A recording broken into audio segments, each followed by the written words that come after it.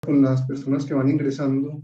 Sí, señor, yo estoy a cargo. Bienvenido, profesor Juan Gabriel, y le agradecemos mucho pues el hoy estarnos compartiendo de su saber. Bueno, muy buenos días nuevamente. La idea de hoy es como compartir algunas experiencias que he adquirido y que he tenido en distintos procesos de investigación, más desde el punto de vista como operativos, es decir, en el sentido de brindar herramientas que nos ayudan a todos en cualquier proceso de investigación, sea desde los procesos de captura de información bibliográfica, rastreo, sistematización, etcétera, y de escritura y de publicación, que en todo momento pues, nos vemos enfrentados como investigadores. Entonces, la idea es presentar estas herramientas, son muchas, y dejo al final una página donde están como compiladas muchas más. Digamos que he tratado de compilar de diversas fuentes y de reconstruir aquellas que utilizo en mis procesos investigativos.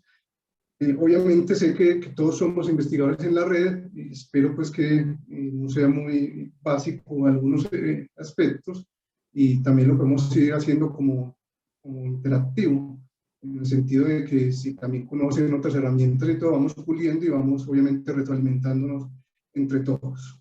Entonces, básicamente, la presentación está dividida en varios aspectos. Primero, unos aspectos básicos de búsqueda de información en bases de datos, palabras claves y distintas herramientas de apoyo a estas búsquedas, el tema de búsqueda de bases de datos, etcétera. Yo presentaré las herramientas, trataré de hacer como algunos ejercicios prácticos sencillos, y obviamente el aprendizaje de cada una de ellas, pues llamamos acá es cacharreando, es decir, cada uno ya en su proceso interno las irá visibilizando. Y todo esto, pues, básicamente cuando uno quiera como explicarle un poco a los estudiantes de estos procesos académicos, es que la explosión de los datos en Internet pues nos llevan a verificar la autenticidad, a filtrar aquella información que es relevante para el proceso investigativo, y nos pasa a nosotros cuando estamos dentro de un proceso de investigación, qué información es la que nosotros vamos a decantar, a filtrar para realizar el proceso y obviamente darle mayor veracidad a lo que estamos realizando. Entonces, muchos de las herramientas que presentaré acá pues tienen que ver con utilización en segundo idioma. Nosotros pues obviamente somos una red iberoamericana donde nuestra lengua madre es el idioma español, pero sabemos que en el ámbito científico la mayoría de información se encuentra en inglés. Más del 90-95% de la buena información, no desconociendo que en nuestro idioma también hay información bastante relevante, se encuentra publicada en otro idioma. Entonces, digamos que las primeras herramientas van básicamente en apoyar esa búsqueda de esa información con el fin de tener una información más amplia, más global de una problemática determinada de investigación, y que ayudan obviamente a que podamos tener un mejor entendimiento de estas herramientas. Entonces, para también romper un poco esas barreras que existen con la segunda lengua, pues yo utilizo mucho herramientas, enseguida vemos alguna de estas cómo funcionan en el lado práctico. No, todas esas son herramientas de inteligencia artificial, por lo tanto tienen sus sesgos, tienen su limitante, pero obviamente cada quien dentro de su proceso de pensamiento es el quien imprime y filtra la información que estamos utilizando y trasladando de otro idioma para comprender lo que allí se nos dice.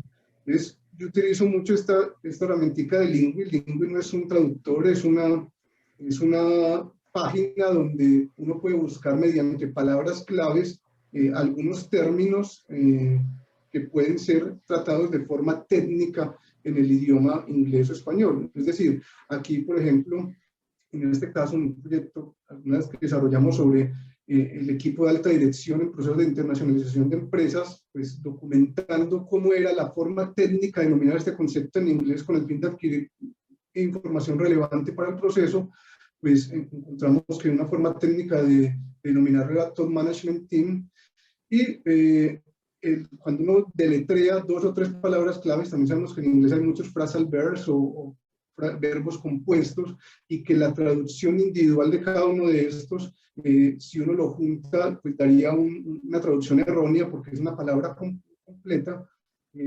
Nos ayuda como a entender el concepto en inglés o de otros idiomas, también tiene ahí otros idiomas, y también trasladarlo de inglés a español en la contextualización. A mano izquierda de la página, estoy chequeando también, trae la palabra que yo deletreo, y a mano derecha me dice cómo un equipo de traducción en un contexto particular lo ha traducido, y vemos que también tiene como unos triangulitos al final que todavía no ha sido avalado como por un traductor profesional. Entonces, digamos que esta es una herramienta para uno empezar a conseguir algún tipo de concepto técnico en un segundo idioma.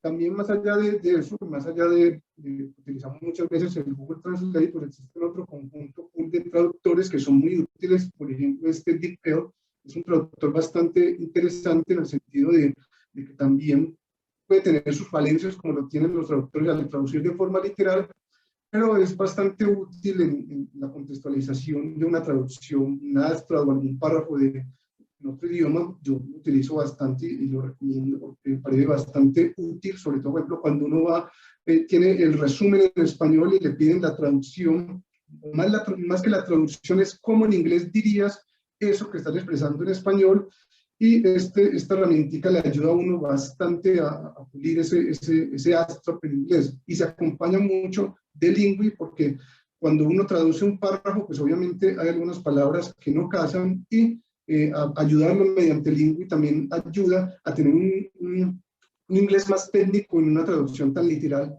inglés-español.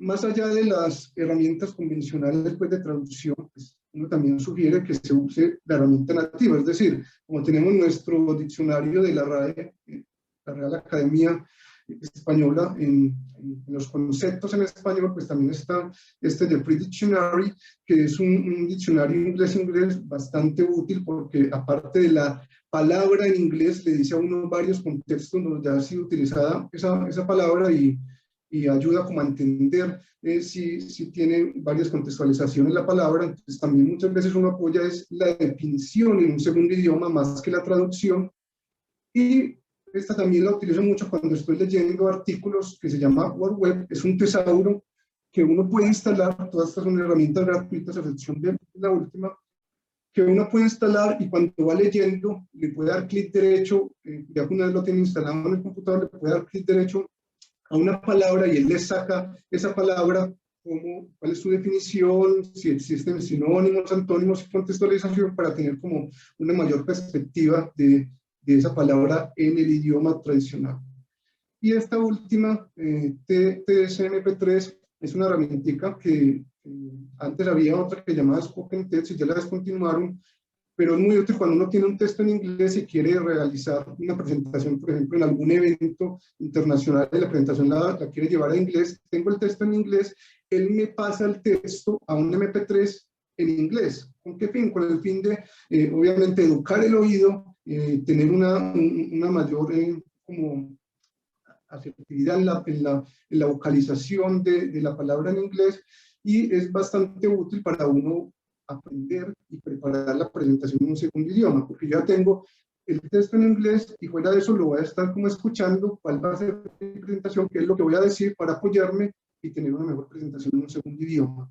Entonces también es bastante útil para estos procesos. Entonces la primera parte es, existen muchas herramientas, sabemos la explosividad de la información y muchas están en inglés, entonces hay herramientas que nos van a ayudar a complementar estos procesos. En cualquier momento de la presentación, sientan libertad para interrumpir si tienen algún tipo de duda. Después de que uno ya define algunas palabras de búsqueda para iniciar un proceso de selección de información, en este caso bibliográfica, pues sabemos también cuando vamos a escribir un artículo que nos piden las palabras clave. Y hay varios tesauros que existen a nivel pues, en distintos campos de conocimiento. De pronto muchos hemos sido hemos conocido el tema del Journal of Economic Literature, porque en varios artículos, en revistas de nuestra área de conocimiento, nos piden esas palabras claves. Entonces, estos tesauros, ¿para qué sirven más allá de cumplir con el requisito de etiquetar una palabra clave dentro de un artículo? Si antes del proceso de investigación yo defino adecuadamente las palabras claves, voy a tener una mayor probabilidad de acertar en artículos relacionados con mi temática de investigación. Entonces, estas palabras claves, más allá de etiquetar documentos, pues sirven para tener un concepto técnico que muchas veces uno traslada a los buscadores en bases de datos y le permite de esta forma tener un concepto que es más técnico y una mayor probabilidad de encontrar artículos relacionados con la temática de investigación. Entonces está el JEL en el campo específico de las ciencias económicas, está el JIBS en el campo de los negocios internacionales, Journal of International Business Study, y este tesauro de la UNESCO, donde también hay temáticas y sus respectivas palabras claves para realizar procesos de búsqueda. Aquí traigo un ejemplito cómo funciona el JEL, si alguno de ustedes no lo ha utilizado cuando le piden a uno estas palabras en alguna revista, y es que está clasificada por áreas dentro de la economía, pero dentro de la economía están los subgrupos de distintas temáticas que se manejan a nivel económico. Entonces podemos ver dentro de la economía está métodos matemáticos, la parte de economía internacional, financiera, administración, organización industrial, etcétera.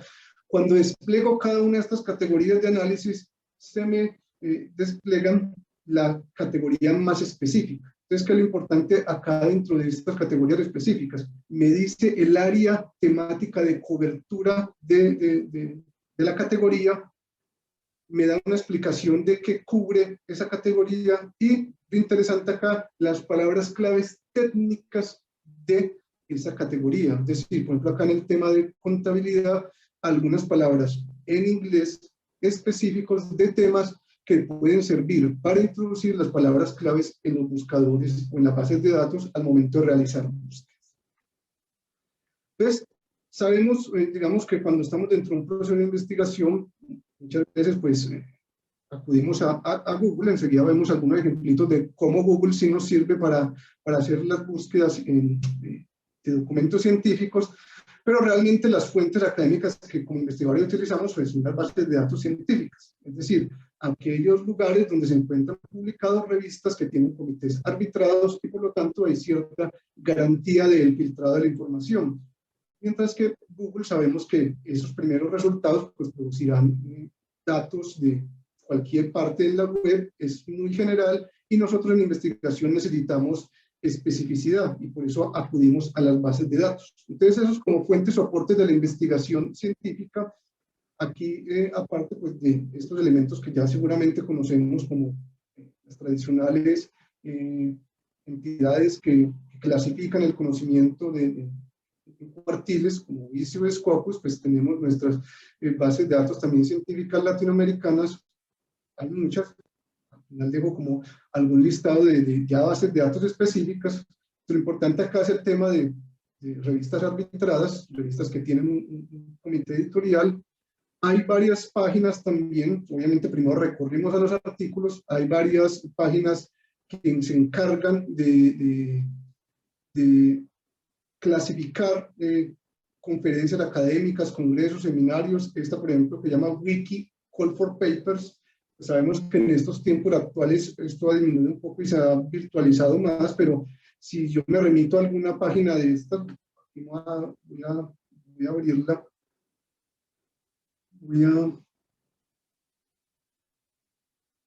abrir, por ejemplo, esta de Wiki Call for Papers.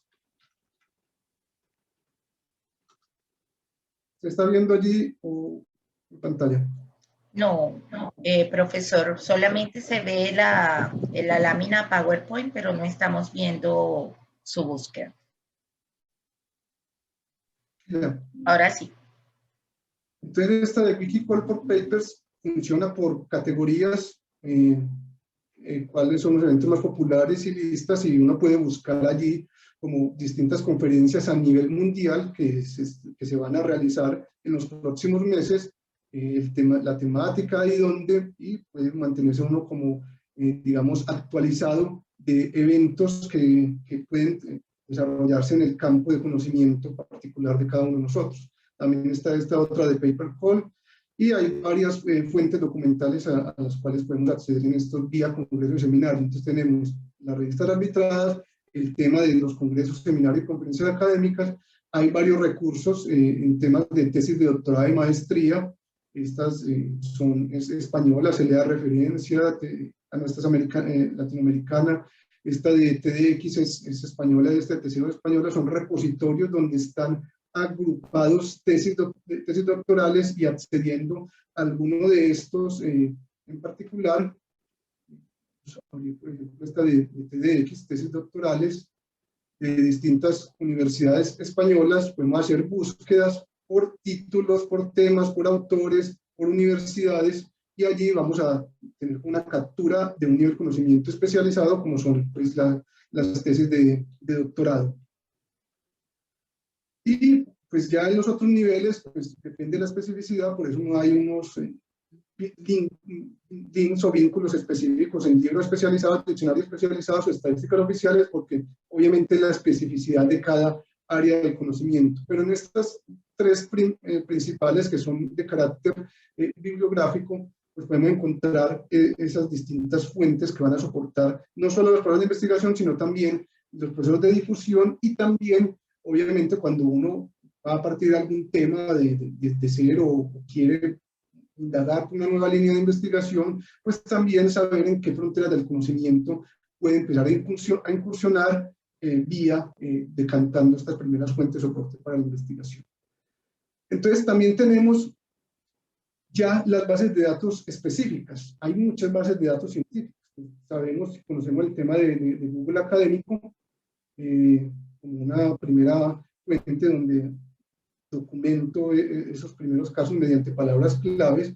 Tenemos ScienceDirect, Springer, Taylor, Emerald, distintas bases de datos. Muchas de ellas, cuando uno busca en el Google Académico, retrotraen esa información que están en esas bases de datos, pero algunas veces conviene ir a los buscadores específicos de algunas de esas bases puntuales. Más allá de estas, que son las tradicionales que conocemos, y de la de Cielo, Redalí, OTEC, DOAT, las latinoamericanas, pues haciendo este proceso de búsqueda me encontré con esta que se llama Internet Archive Scholar. Es una nueva base de datos que está agrupando artículos científicos, y muchos de ellos históricos. Pueden allí verificar, dice, como algunos procesos de búsqueda, y me pareció interesante los resultados que retornaban allí, Internet Archive Scholar. Y estas dos que también son interesantes, estas de Bayes y esta de Wolfram, que por ejemplo, en algunos procesos de búsqueda que he hecho, cuando empiezo a documentar los temas, aparecen cosas diferentes a las publicadas en ScienceDirect, en Taylor, en Emerald, en Wiley, y en las bases de datos tradicionales. Entonces, la información está en un solo sitio, y a nosotros como investigadores nos toca decir como ratón de biblioteca, casi sería como ratón de bases de datos, en varias partes de ese conocimiento fragmentado, donde puedo recabar información para documentar mi estado del arte del tema puntual de investigación. Entonces, tenemos, por un lado, el asunto de definir la palabra clave. Una vez defino la palabra clave, voy al buscador de una base de datos, y en esa base de datos me empieza como a retornar información bibliográfica respecto al proceso de búsqueda que estoy realizando. Funciona muy bien en Google Académico como búsquedas avanzadas, en ScienceDirect, y en otras, esas palabras o esas búsquedas tan avanzadas, pues hay que bajarle un poco el nivel para que le retorne a uno artículos detallados de la temática de investigación. Estas son como las recomendadas, y esta nueva que también me pareció interesante para que ustedes la exploren, la de Internet Archive Scholar. Y cuando uno ya tiene, digamos, la palabra clave definida, es decir, mi tema de investigación, hay unas palabras que uno le pone como aderezo, es decir, como complemento a esa temática, para encontrar unos aspectos puntuales que le interesa a uno saber dentro del proceso de investigación. Es decir, por ejemplo, yo defino una temática. Vamos a colocar acá un ejemplito con un tema puntual que se llama barreras a la exportación. Me interesa saber o encontrar artículos clásicos sobre ese tema. Yo le añadiré a esa palabra barreras a la exportación alguna de esas tres para constatar artículos clásicos, es decir, los papers seminales de esa temática de investigación. lo pasado, lo actual, lo referente, palabras claves para documentar la situación actual. Y aquí vamos a ver un ejemplo con ese tema de barreras a la exportación.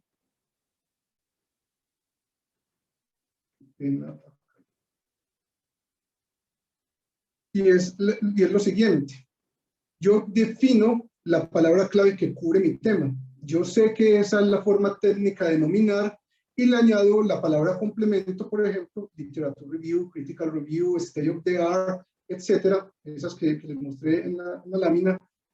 Y también puedo, si yo sé que se denomina técnicamente, encerrar la palabra entre comillas. ¿Qué garantizo? Que mi proceso de búsqueda va a tener esta búsqueda puntual global de la palabra y no búsqueda por palabra por separado. Eso es lo que estoy haciendo cuando entre comillas las palabras.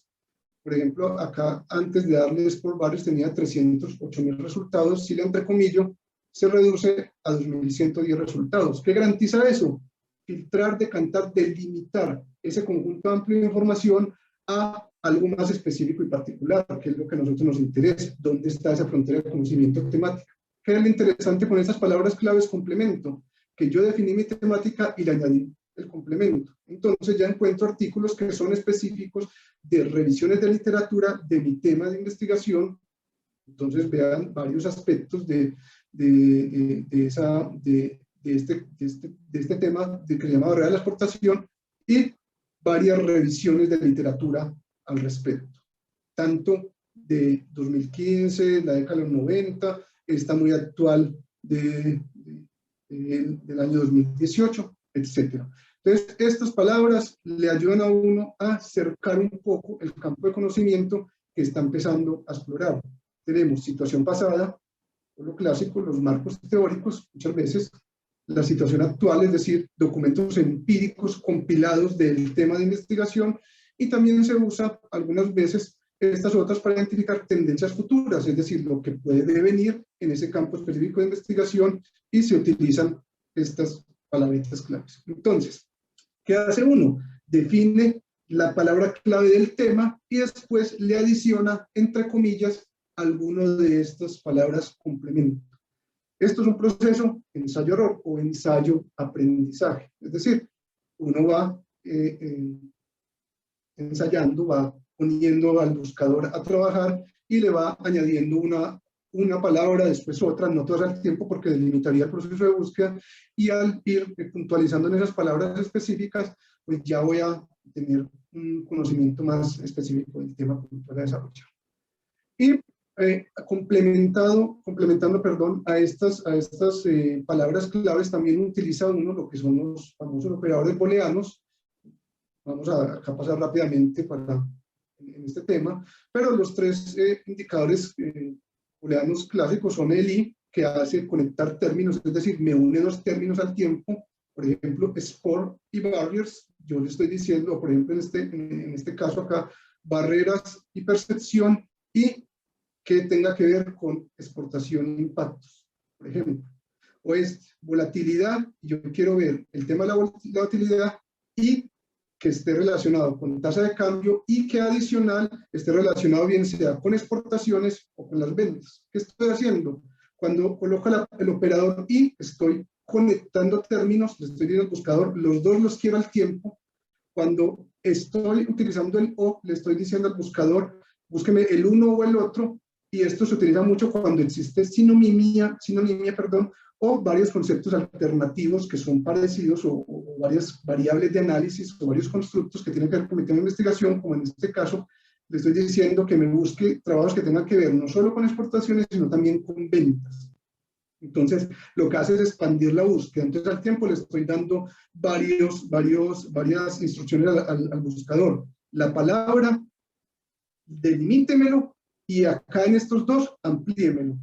Y el not, que también se usa el símbolo menos, se usa para decantar o filtrar aquello que no me interesa. Sucede mucho cuando tenemos términos técnicos que pertenecen a varias áreas del conocimiento. Por ejemplo, el concepto de depresión pertenecería al área de la psicología, de las ciencias sociales, también al área de la economía. Cuando uno va a buscar algún tema, puede que le filtre alguna situación con esas áreas temáticas. Entonces lo que estoy haciendo allí es diciéndole al buscador que me acote esa búsqueda. Aquí en este ejemplo, el concepto de moda, el bichito aquel coloco los operadores de búsqueda, quiero ver cómo ha impactado esta situación a nivel económico, social, y como obviamente es un tema relacionado con la salud, le digo al buscador que no me tome en cuenta el tema de salud, es decir, que me lo saque.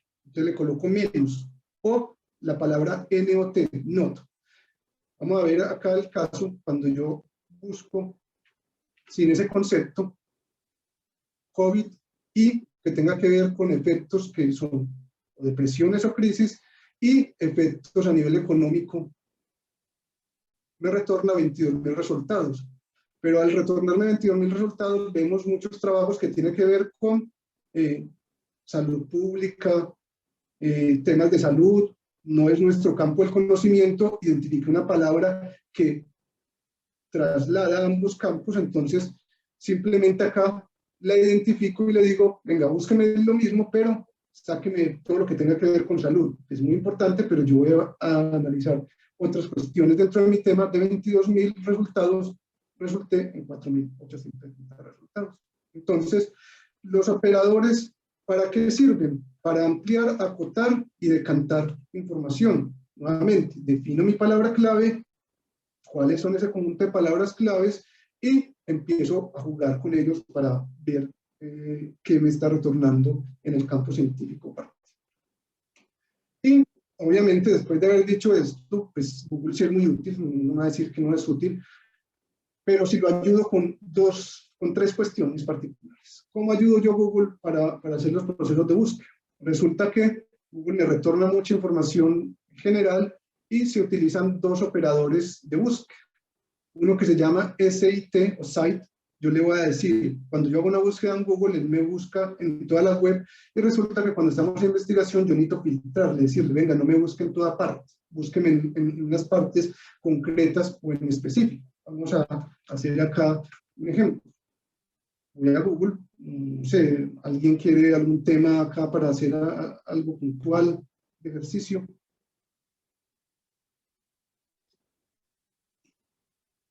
Y a uno, por favor.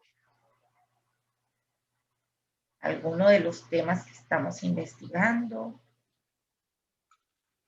Vamos a colocar acá, no sé, mercadeo relacional, ¿cierto? Cuando colocamos este concepto que llama mercadeo relacional, pues obviamente lo primero que va a aparecer siempre van a ser las definiciones de wiki y otras cuestiones, y páginas web que no sabemos realmente su veracidad o su autenticidad. Entonces, yo le voy a decir a Google, búsqueme este concepto, se lo puedo encerrar entre comillas para que ya no me traiga todos los casos. Vea que tengo 1.200.000 resultados, lo encierro entre comillas, lo cerqué a 138.000, porque yo ya sé como investigador que ese es mi tema técnico, y le voy a decir, búsqueme a ver qué existe, no sé, en los sitios de las universidades, por ejemplo. Entonces ya le estoy diciendo, no me busque en toda parte, búsqueme en dominios de carácter universitario, y yo ya le puedo colocar acá .edu.es si me interesa lo español, lo mexicano MX, o lo colombiano .edu.co, o lo ecuatoriano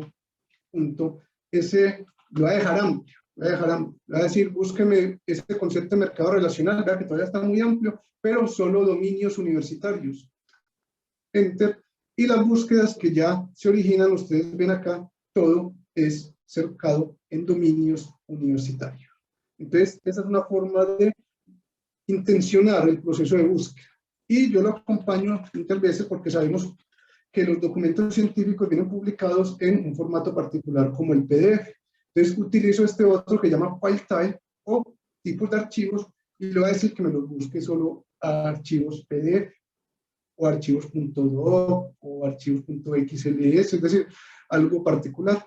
Como vemos, ya la búsqueda está siendo demasiado específica y ya está filtrando artículos o trabajos de grado o temas bastante particulares que pueden ser útiles para mi investigación. Entonces, operador de búsqueda, SIT, filtra un dominio especial de la búsqueda, o una página web o un dominio gubernamental si me interesa saber qué ha hecho el gobierno sobre este tema. Obviamente ya me va a producir muy pocos resultados dependiendo de lo que quiera buscar.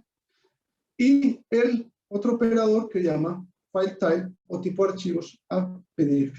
Esta es una forma de Google decirle algo, una instrucción muy particular para retornar bibliografía relacionada con el tema de investigación.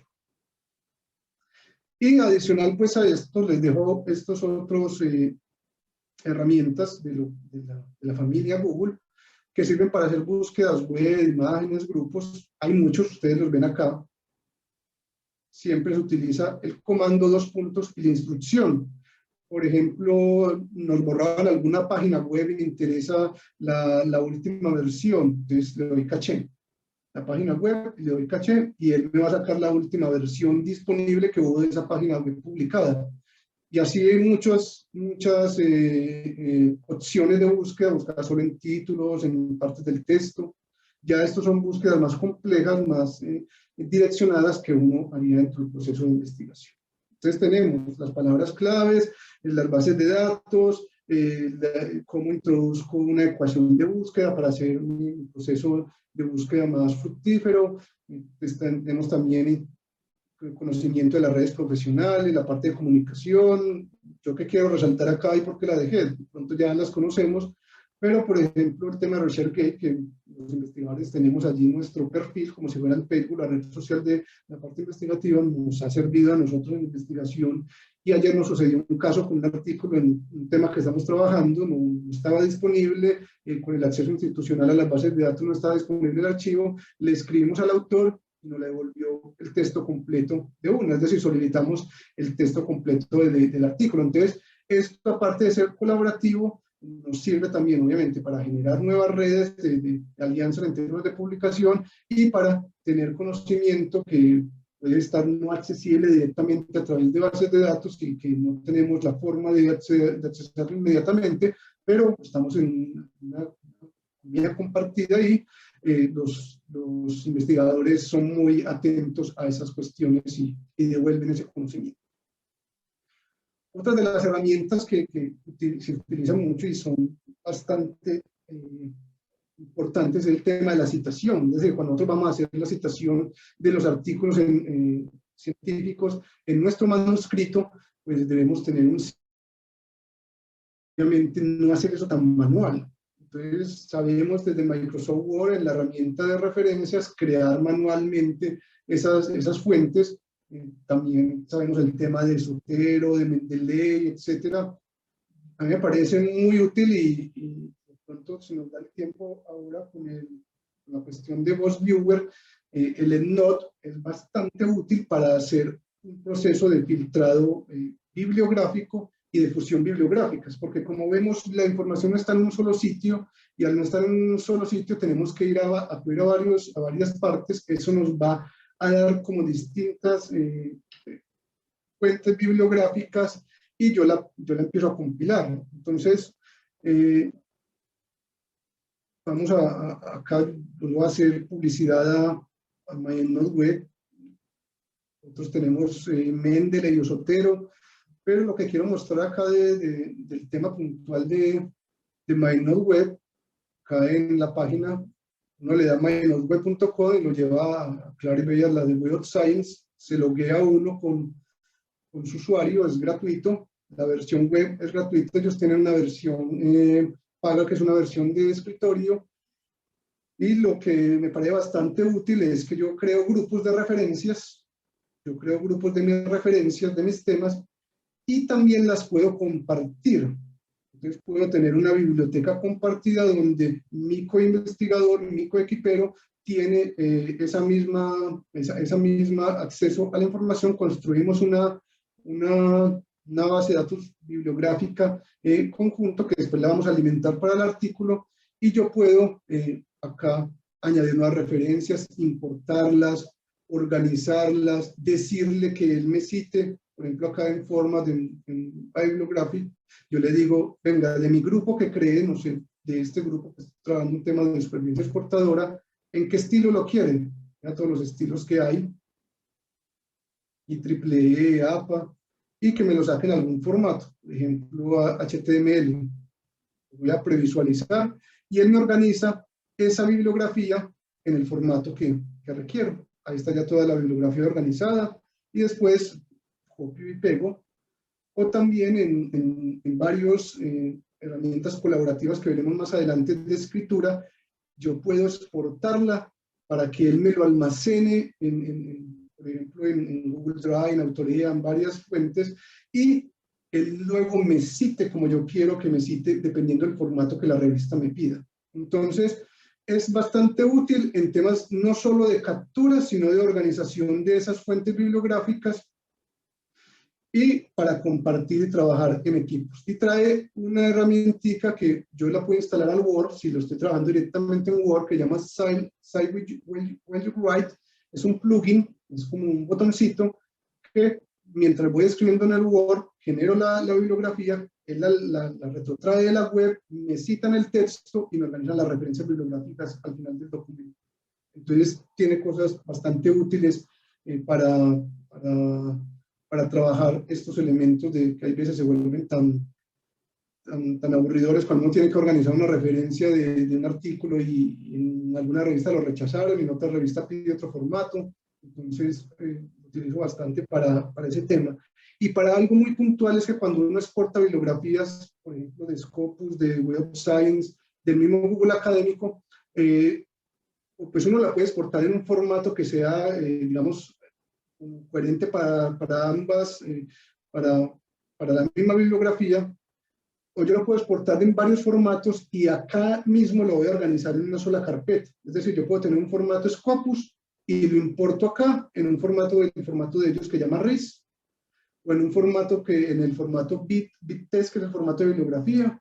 Traigo otro de Web of Science que lo tengo por ejemplo, en CSV, separate value, es decir, separado por comas.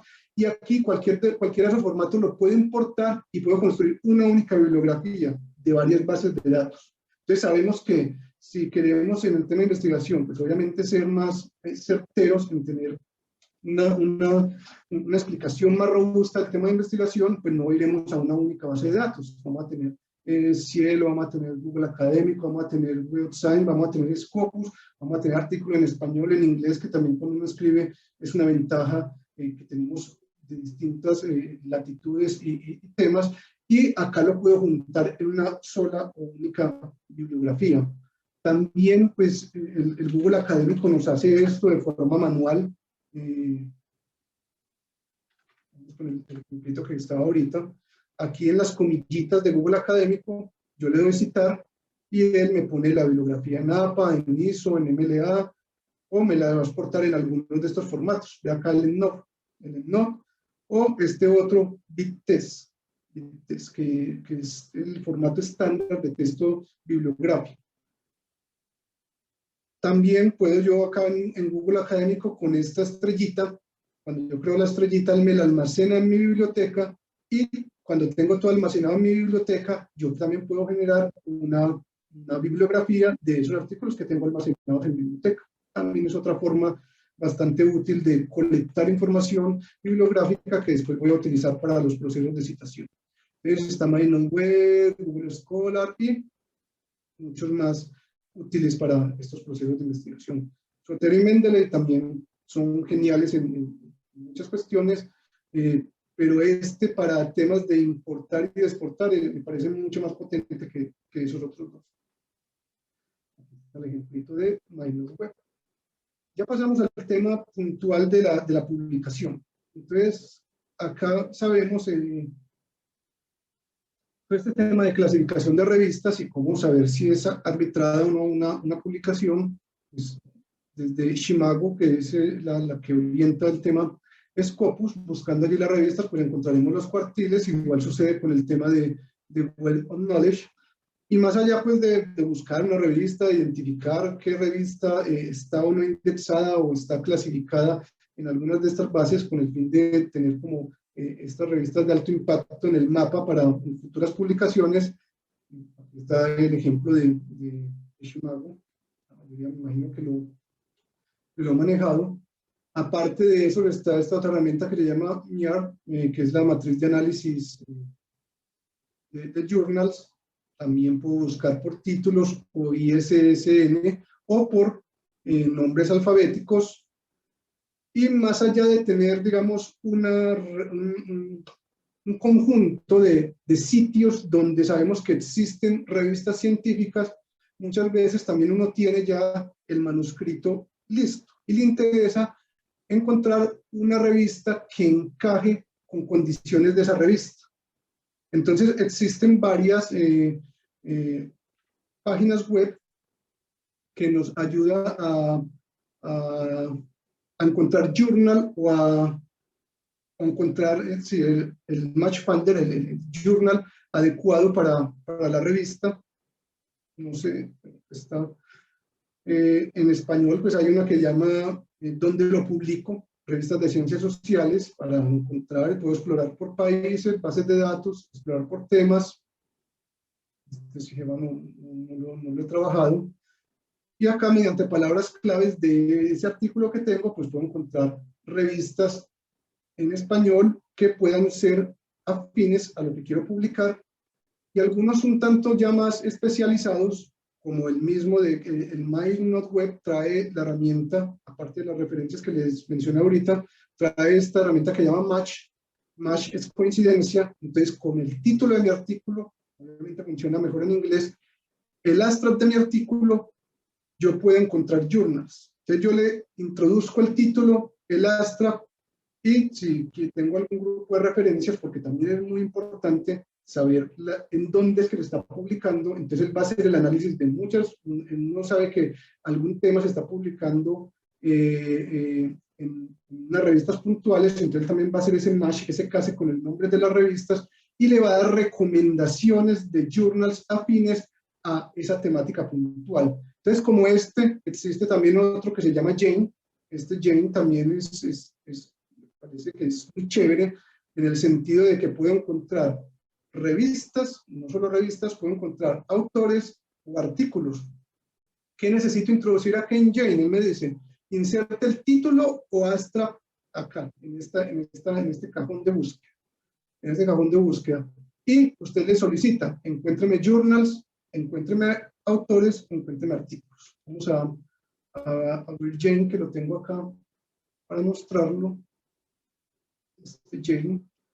No sé, vamos a poner un caso de un artículo que estamos trabajando en este momento sobre estrategias competitivas en el sector hotelero. Por ejemplo, acá coloco, este va a ser el título del artículo, puedo colocar el abstract y le digo, encuéntreme journals. Le doy Find Journals y me empieza a mostrar varios journals y la influencia que tienen estos journals en niveles de citación y de medición. Obviamente hay algunos que no casan bien porque tienen algunas palabras que puedan pertenecer a esas otras áreas del conocimiento, pero ya me empieza a decir que mi artículo encajaría muy bien en algunos de estos journals. Entonces, lo he utilizado y ha sido como interesante esas búsquedas que le retorna a uno para encontrar journal que puedan ser susceptibles de aceptar una publicación que estemos desarrollando. También tenemos el caso de Elsevier o de Science Direct. Está el Journal Finder de Elsevier, funciona muy similar a nosotros. Introduzco el tema el título del artículo, el resumen en inglés y campos de conocimiento, donde casa mejor mi tema. Y le doy Find Journal y él me muestra journals coincidentes para el tema de investigación. Obviamente en estos journals vamos a encontrar journals, en estos buscadores, perdón, vamos a encontrar journals de alto impacto, mucho Q1, mucho Q2, las tasas de rechazo son altas, pero ese es el camino para empezar a tener como una mayor visibilidad dentro de estos procesos investigativos. Hay uno que también, preparando esta presentación, me encontré. Esto es un software, la verdad no lo he utilizado, pero lo traje por si alguno quiere, como, no sé, cacharrearlo o mirarlo. Se llama Publish or Perish. Es gratuito, es un software que se instala en el computador, también acumula referencias bibliográficas de acuerdo a lo que leí, y se ve interesante para estos procesos de publicación. Entonces ya cubrimos bases de datos, palabras claves, temas de publicación, y aquí vamos a ver algunas ya más de corte estadístico. Solo es un ejemplo, esto hay muchas, yo solo recapitulé 2 o 3 que me parecen útiles, y esto es para retrotraer datos científicos, pero de corte estadístico, dependiendo del tema que yo quiera desarrollar. Sabemos que está el World Bank y el Banco Mundial y la base de datos de los indicadores de desarrollo, que es gigantesca, es bastante útil para uno tener temas documentados a nivel de países. Está esta otra que llama The Economics Network, donde yo puedo tener datos de distintos ámbitos. Acá es buscar y por temas o por afinidades encontrar algún campo específico donde me interesan mis datos. Y este también bastante útil, que alguna vez lo trabajé, y son los Enterprise Survey del Banco Mundial, datos anonimizados, es decir, datos a nivel de empresa que podemos descargar a nivel de distintos países. Por ejemplo, para hacer estudios comparados, tenemos bases de datos, estudios a nivel de empresa, y se hacen cada cierto periodo de tiempo. Por ejemplo, he visto que para el caso colombiano hay 2006, 2013, 2012 y 2017, varios periodos de tiempo con cuestiones que miden en las empresas distintos tipos de situaciones. Puedo entrar, me logueo y puedo descargar la base de datos, obviamente conservando el nivel de confidencialidad, no va a tener el nombre de la empresa, pero sí sirve para hacer análisis, por ejemplo, de financieros, de gestión, exportador, etcétera, porque me va a entregar el dato a nivel de empresa, de un conjunto de empresas. Por ejemplo, un trabajo de maestría del semestre pasado en nuestra institución que sobre descargamos esta base de datos para analizar un tema de acceso a financiamiento en empresas, y teníamos la base de datos plana de 997 empresas con más de 130 variables. Entonces, mirando las variables allí en la parte de metodología, uno puede, en estas épocas de dificultad de accesar a información, tener información secundaria con la cual puede también producir conocimiento alrededor de algún tema que a uno le interesa y que puede ser difícil la captura inmediata de la información, y para eso recurre uno a la información secundaria. También tenemos acá lo que es las herramientas colaborativas para trabajar en línea y almacenar información. El tema de Dropbox, bastante útil para tener como en la nube no solo la información, sino también para tener documentos compartidos, artículos. Por ejemplo, estamos trabajando un artículo sobre un tema, lo tengo en el Dropbox, lo edito hoy, el otro investigador lo puede trabajar mañana o en otro momento, y vamos a tener la información sincronizada en tiempo real, y vamos a evitar ese que llegó o no llegó el archivo, o varias versiones en las cuales se puede como presentar inconvenientes a la hora de trabajar. Lo utilizamos mucho dentro del grupo para tener información no solo en la nube, sino también documentos compartidos de trabajo. El tema de la plataforma Google y su Office, al igual que la plataforma Microsoft y también el Office en línea. Este es un caso, un artículo que estamos trabajando en simultáneo, cuatro investigadores alrededor de un tema. Se puede dar también el control de cambios, edición, sugerencia, redacción. Altamente recomendado para trabajar en equipos. Hay otros 2. Este no lo he incursionado mucho, pero he visto varios videos y se ve bastante útil, que se llama Draft, para trabajo colaborativo. Funciona casi idéntico al tema de Google Académico. También se puede trabajar. Y uno que estoy trabajando recientemente, que sí lo recomiendo, que se llama Autorea. Autorea es exactamente una misma plataforma de un Word, pero tiene unas funcionalidades bastante interesantes.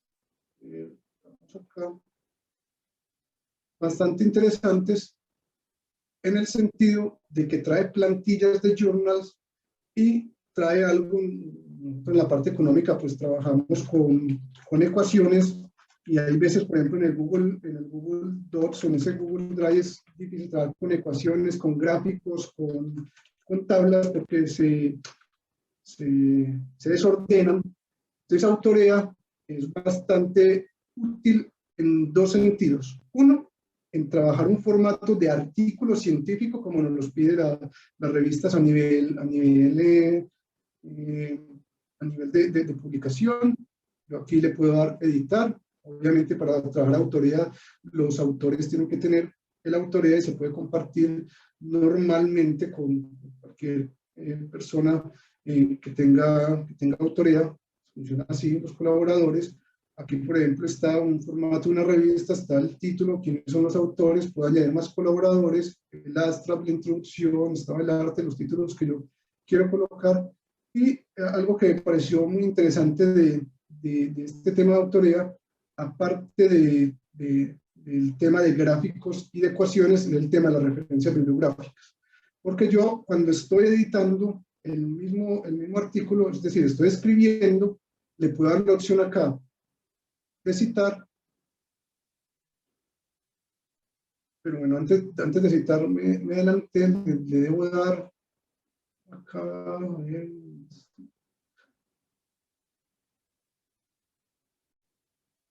¿de dónde quedó? Un segundito.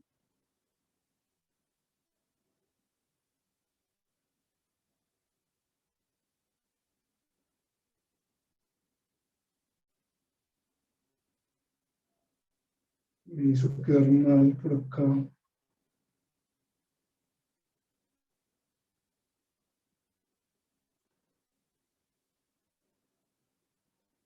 Un segundo. Paso.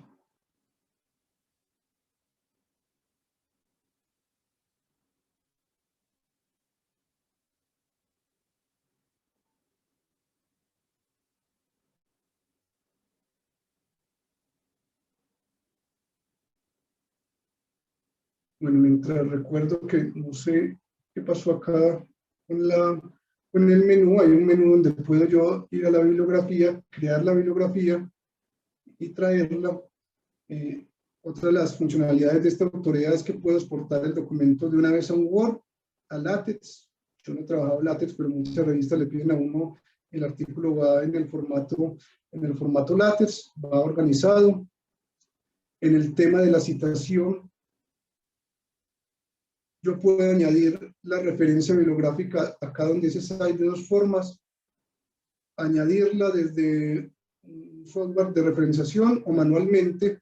Y por ejemplo, yo acá me dicen, por acá, copie y pegue las referencias en formato BibTeX. Por ejemplo, cuando yo estoy buscando un artículo en el Google Académico y este artículo lo quiero pasar allá como una citación, le digo acá que me lo dé en este formato BibTeX y él me va a abrir un formato BibTeX. Como es el formato BibTeX, simplemente lo copio y lo traigo acá a las referencias. No tengo que hacer nada más, simplemente lo copio, lo envío a BibTeX y él me añade la citación de una vez. Entonces acá yo ya tengo mi citación de la referencia que quiero adicionar. Él me la va adicionando acá al texto. Vean acá, me añade la referencia en texto y al final me la organiza como las referencias que van a salir en el artículo. Entonces, esto es bastante útil porque es muy técnico en el sentido de la escritura. La escritura no es solo texto, tengo ecuaciones, tengo gráficos, tengo imágenes, tengo tablas, tengo bibliografía, y esta alcanza a cubrir todos los aspectos en una forma que la puedo tener al alcance de un solo documento y no tener varias plataformas para editar documentos. Es bien útil, bien interesante lo que he alcanzado a trabajar acá dentro de esta plataforma Autorea para el trabajo colaborativo. Una investigación en la ciencia producirá más si trabaja en conjunto, y esta es una forma de acompañar ese trabajo en conjunto. Y ya para esta última parte que tiene que ver con la visualización de información bibliográfica, pues primero hay varias herramientas para ese tema. Digamos que en el tema de Scopus, no sé si la mayoría ya ha hecho descargas, ha visualizado información para hacer revisiones sistemáticas de literatura, o mapas de redes. Con esta herramienta, Scopus le puede generar a uno tiene las palabras clave, después de la palabra clave, él le retorna los resultados, en el retorno de esos resultados, él le va a hacer un análisis mediante tablas y gráficos de cuáles son los autores que más publican, en dónde está esa frontera, es decir, en qué países, universidades, quiénes son los más citados, etcétera, que eso es lo primero que uno colocaría en un análisis de revisión bibliográfica. Similar lo hace Web of Science. También me encontré con este otro que se llama Dimensions. Todos estos funcionan. Busco la palabra o el conjunto de palabras claves que quiero utilizar dentro de ese buscador. Lo que él hace es mostrarme temas o artículos de esa temática. Yo ya puedo después decantar o filtrar aquellos que son de real utilidad para la investigación. Es decir, no todo lo que aparece en primera instancia es lo que va a servir. Vamos a abrir acá el caso de Scopus. Para el caso de Scopus, pues tengo que tener acceso institucional. Nosotros en la institución tenemos el acceso a Scopus. Pero lo que quiero mostrar acá es lo que podemos hacer con Scopus. Un ejemplito también. Aquí está Scopus. Dos cosas. Uno, el análisis de información que él nos va a hacer por defecto de la información que trae dentro de los procesos de búsqueda. Y dos, la exportación de ese material bibliográfico para ser utilizado en un tercero, un software de visualización de captura de información. Entonces, lo que vamos a ver ahorita brevemente va a ser el DevOps Viewer, pero yo lo puedo hacer también en otros software. Incluso R también trae una funcionalidad para hacer esa búsqueda. Entonces, él me pide acá, busque un tema. Entonces, vamos a ver este ejemplo para que miremos la importancia del tema de las palabras claves. Si yo le doy, por ejemplo, que me busque documentos con este tema que está en actualidad, voy a buscar, me va a retornar 1940 documentos con la palabra COVID-19, pero vea que si yo hubiera hecho la búsqueda, por ejemplo, le voy a colocar la separación COVID separado 19, se va a incrementar exponencialmente el número de resultados de esa búsqueda que yo estoy realizando. Entonces, antes de realizar un proceso de búsqueda, tengo que tener muy bien acotado o definido cuál es esa palabra clave técnica que mejor me denomina la búsqueda que estoy realizando.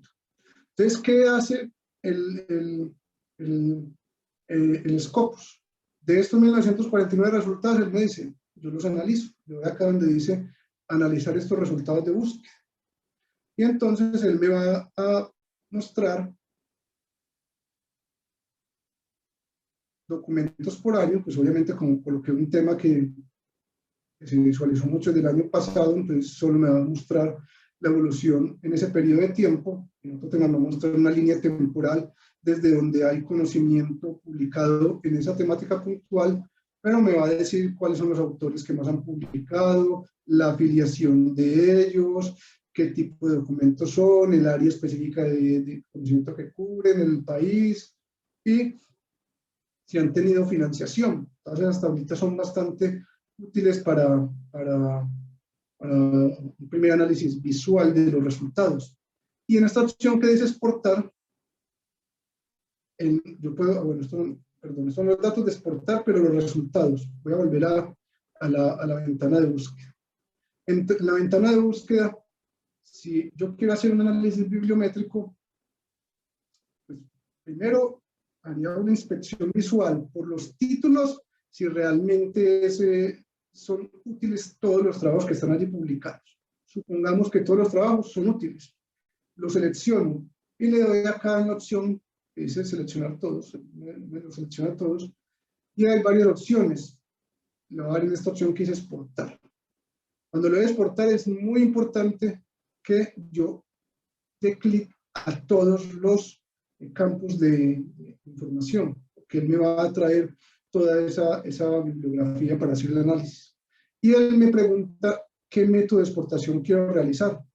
Entonces está el gestor Mendeley, está esta de RedWords, está el que vimos ahorita del EndNote, un formato RIS. También lo puedo exportar en formato CSV Excel, el formato de texto plano bibliográfico o en formato de texto. Yo cualquiera que lo exporte, lo va a leer el BossViewer porque él va a reconocer que es una información desde Scopus. Pero yo le doy exportar, por ejemplo, si yo tengo Mendeley, pues exportaría Mendeley para almacenarlo en Mendeley, o si tengo algún otro gestor bibliográfico, yo lo exporto en este RIS para tenerlo de una vez compatible con el MyNote Web. Pero indistinto de esto, puedo tenerlo en cualquier otro formato.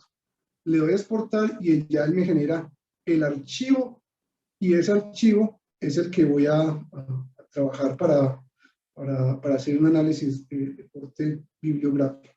Algo similar produce el tema de Web Science, y algo que estuve viendo en Dimensions es mucho más amplio. Allí hay que crear una cuenta, y es mucho más amplio porque cuando hacen un proceso de búsqueda, por ejemplo en Scopus, Scopus le va a traer revistas que están afiliadas a Scopus. Web Science hace esa misma búsqueda, revistas que están afiliadas a Web Science. Por lo tanto, su cobertura es limitada en el sentido de que solo está trabajando con las revistas que están indexadas en los sistemas de ellos. Dimensions, por su parte, es más amplio. Está recapitulando un montón de páginas web. Voy acá, vamos a hacer dimensions.ai, si no me equivoco. Aquí está la página de Dimensions. Le debo dar acá, esto tiene un acceso que es gratuito, que es bastante poderoso en las búsquedas que retorna, o también un acceso que es pago, que es mucho más potente dependiendo del tipo de análisis que yo quiera realizar. Le voy acá donde dice Access Free with Web App, perdón. Y nuevamente, él me dice qué quiero buscar, y vea que me sugiere, busque una palabra y puedo buscar utilizando operadores de búsqueda. Lo puedo buscar en datos completos o nada más donde haya títulos y Astra. Y si vemos acá toda la información que está accesada por años, es mucho más amplia que un Scopus y que un Web of Science, porque no es solo a revistas que están accesadas allí. Entonces me dice que tiene 118 millones de publicaciones, 8 millones de bases de datos, y vea toda la otra información que puede explorar. No la he manejado toda en su conjunto. Si he hecho búsquedas para hacer análisis bibliométrico, las puedo salvar y exportar con los mismos parámetros para los procesos de búsqueda. Entonces, vemos que para hacer análisis de estos bibliométricos, y acá pues una recomendación que uno hace, que yo creo que es útil. Si queremos realmente entender un tema de investigación en toda su dimensión, pues realmente Scopus es solo una parte, Web Science es otra, y las otras bases de datos son otras partes, y muchas veces, por ejemplo, en un proceso que estoy adelantando actualmente, pues uno queda con el conocimiento parcializado. Entonces, ¿qué hace uno? Junta esas bases de datos y la organiza en un solo documento. ¿Para qué? Para hacer un mapa de ese relacionamiento, de ese tema, pero de la mayor cantidad de bases de datos que pueda tener cobertura. Y esa mayor cantidad pues me involucrará también o me traerá artículos en nuestro idioma como es en español. Entonces, digamos que acá para para mirar a ver si nos da un poco de tiempo. Profe, ¿nos da tiempo para mirar un poco lo de VoiceViewer o...? Pues tenemos ya hora y media, no sé si les parece, es lo que diga nuestra comunidad. Si les parece como ha sido, como densa la información, programamos VoiceViewer o ustedes señalan. Sí, yo creo Con que, la señal de costumbre. yo creo que es mejor. Pero yo creería que como ha sido bastante densa la información de búsqueda y te agradecemos muchísimo, probablemente algunos están más familiarizados con alguna de estas herramientas, pero siempre nos fortalece muchísimo. Entonces yo propondría ese del VoiceViewer para una capacitación ya en particular. Si les parece. Entonces voy a terminar acá. No sé. Esta parte. Sí. ¿Quién habla? ¿Alguien habló? Solamente estamos viendo allí las capturas de etiquetas, la página del PowerPoint. Entonces, antes de uno pasar esa información a un software bibliométrico, pues primero hace la captura. ¿Dónde sale la captura? En las bases de datos que mencioné al principio y en estos otros sistemas como Scopus, Web Science o Dimensions para tener como una cobertura de algún tema en específico virtual. Una vez se hace el proceso de búsqueda, filtrado y decantado la información, se hace la exportación y cuando hago la exportación es que ya la llevo al software. Entonces existen tres, hay muchos, qué pena, hay muchos, pero digamos que yo he manejado este VoiceViewer, también sabía de la existencia de este SciSpace y como ustedes ven acá en la figurita, tiene muchas gráficas muy potentes, muy bonitas, muy de descreste. También se puede descartar para visualizar patrones y tendencias en esta literatura científica. R también tiene una librería para hacer ese análisis. Y VoiceViewer, que es el que he manejado, pero como ustedes han visto, de varias de las herramientas yo les dejo como 2 o 3, es decir, como el que uno usa o el que es más usado y la competencia. Afortunadamente no hay un monopolio en una única herramienta, sino que hay muchas herramientas para uno explorar y tener mayor diversidad. Entonces, después de que uno hace estas capturas bibliográficas, hace la exportación de esas etiquetas, de toda esa información bibliográfica, la lleva al software. Está SciSpace, está VoiceViewer. En VoiceViewer, en la opción de download, descargo el software y lo puedo trabajar en varios sistemas operativos. ¿Y cuál es lo importante acá? Que tiene que tener actualizado algo que se llama Java. Es decir, le va a pedir cuando le abra que tenga actualizada la última versión de Java para poder trabajar. Y después ya se da el proceso de lectura que con mucho gusto, si quieren, programamos en específico este o alguno otro de los que les haya llamado la atención aquí dentro de la presentación para mostrar cómo se hace una depuración para obtener una red de palabras, de autores, de países, de instituciones con esa información bibliográfica. Y pues como hay muchas, pues yo acá les dejo al final esta página de este investigador de Nader Ali-Ebrahim, donde yo he tomado algunas, pero él tiene un mapa mental de muchas herramientas para hacer análisis, encuestas, para mantenerse actualizado, para vínculos, para escribir un artículo, para buscar literatura, para buscar el software. Ustedes ingresan a este link y desplegan cada pestañita y les va a mostrar un montón de herramientas que existen alrededor de esos temas. Yo acá lo que hice fue compilar algunas que he trabajado, de muchas fuentes, de experiencias que he tenido, y dejo obviamente el conocimiento que es para difundir y para que cada quien en su criterio sienta la libertad de explorar. Ya en la parte final, esto es un trabajo que hicieron un encuestaje de herramientas que se usan para difundir la parte académica. Si ustedes ingresan allí, pues van a encontrar los resultados y cómo ha cambiado a lo largo del tiempo la utilización de herramientas. Lo que quería mostrar acá es cómo ha evolucionado esta parte de las herramientas para el apoyo de la investigación desde el 2000, 2005, 2010, y aquí están los, digamos, íconos de muchas de las herramientas, de algunas de las que hemos visto acá, y otras más que existen que no he trabajado y que de pronto ustedes también conocerán, y que están clasificadas en evaluación, en descubrir, herramientas de análisis, de escritura, y para tener como un panorama de difusión de ese conocimiento. Ustedes ven acá que por décadas está como listadas cuáles ahorita son como también muy actuales y que le sirve a uno como para, digamos, estar como en la bandera de estas herramientas adicionales.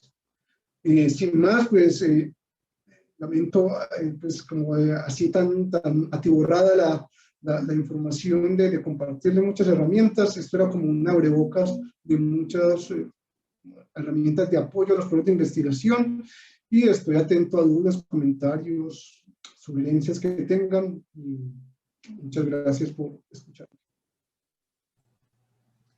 Doctora Janine, buenas tardes. Sí, muy buenas tardes. No sé, buenas tardes. Pues yo le agradezco al maestro Juan Gabriel, que nos haya compartido esta información tan interesante. Pues de verdad de gran ayuda, porque bueno, aquí tenemos la tecnología y pues ahí está para que la ocupemos, ¿verdad? Entonces le agradezco de verdad, y en espera de que podamos llevar a cabo el curso con mayor profundidad, como ya he visto en algunas opiniones, para realizar la práctica correspondiente. Sin embargo, con esta pizca que nos ha dado, en lo personal me ha sido de gran ayuda. Muchas gracias, maestro Juan, y debo retirarme por cuestiones Muchas gracias, laborales. por el comentario. Cuídense, que tengan excelente día, muy amables. Oh, muchas gracias, Acele, por tu participación. Pues no sé si alguno de ustedes tiene algún comentario, alguna pregunta. Adelante, por favor.